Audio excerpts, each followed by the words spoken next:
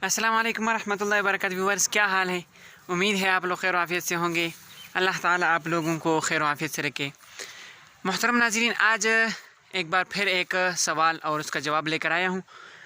वो इंतहाई अहम सवाल है जो लोग अक्सर एक दूसरे से पूछते हैं, एक दूसरे को का इल्म चेक करने के लिए कि इसके पास कितना इल्म है।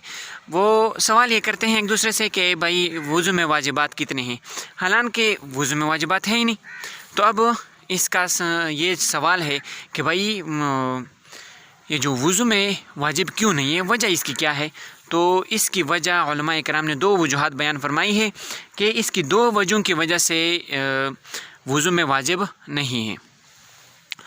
पहली वजह यह है कि ये जो वाजिब का हुक्म है, जिस तरह के सुन्नत होता है, सुन्नत का हुक्म, वाजिब, फ़र्ज़, ये जो हुक्में होती है, इसमें से वाजिब का जो हुक्म है वो ऐसे दलील से साबित होता है जो सबूत के एतबार से ज़न्नी हो और दलालत के एतबार से क़तई हो। तो ये जो दलील है ना, ऐसी दलील वुज़ू में नहीं है, इस वजह से वुज़ू में वाजिबात नहीं है। पहली वजह यही है। पहली वजह क्या है? यही है कि मतलब वाजिब का जो हुक्म है वो ऐसे दलील से साबित होता है कि जो सबूत के एतबार से ज़न्नी हो और दलालत के एतबार से क़तई हो। पहली वजह यह है कि और ऐसे दलील वुज़ू में मौजूद नहीं है, जबकि इसके बरखिलाफ़ नमाज में मौजूद है। नमाज में इसलिए वाजिबात भी है और नमाज में ऐसे दलाइल भी है कि जो सबूत के एतबार से ज़न्नी है और दलालत के एतबार से क़तई है। इस वजह से नमाज में वाजिबात हैं और वुज़ू में नहीं है।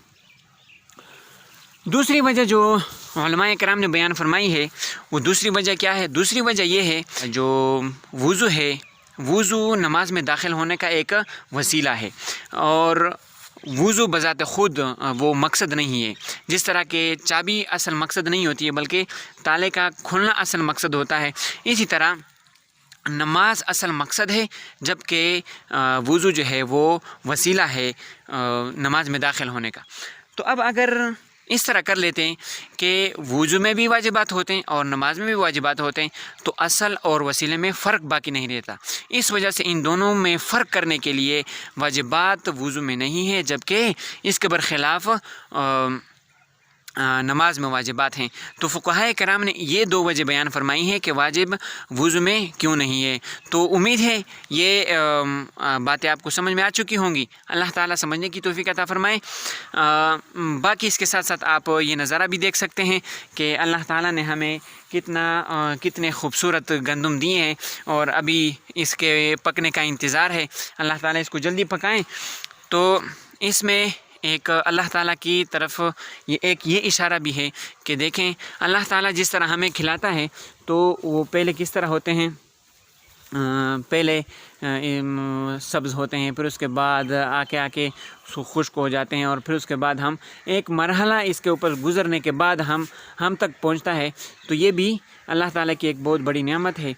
अल्लाह ताला करें कि इस दफ़ा ये जो खेत हैं और ये गंदम है इस दफ़ा हमें बहुत ज़्यादा मिल जाए, क्योंकि अगर ये ज़्यादा मिलेंगे तो महंगाई भी कम होगी। ज़्यादा मिलेंगे तो हमें इसकी टेंशन नहीं होगी कि यार हमने कितना खा लिया और कितना नहीं खा लिया, कितने पैसे बच गए, कितने चले गए। तो ये मसला नहीं होगा हमारे साथ। अल्लाह ताला से दुआ है, आप लोग भी दुआ करें कि हमारा जो मुल्क है ये तरक्की पजीर हो जाए, आगे तरक्की कर लें, ताकि हमें इस मुश्किल से जल्द निकलना पड़े। आजकल सब लोग यही कहते हैं कि महंगाई है, ये है, वो है। तो बस अल्लाह ताला से एक दुआ करनी बहुत ज़रूरी है कि हम अल्लाह ताला से दुआ करें ताकि अल्लाह ताला हमारी तरफ जो फ़ैसले हैं वो आसानी वाले फ़ैसले हम तक लेकर आएँ। तो बाकी उम्मीद है आप लोगों को बातें समझ में आ चुकी होंगी। अगली वीडियो में मिलते हैं, तब तक के लिए हमें इजाज़त दीजिए। अल्लाह हाफ़िज़।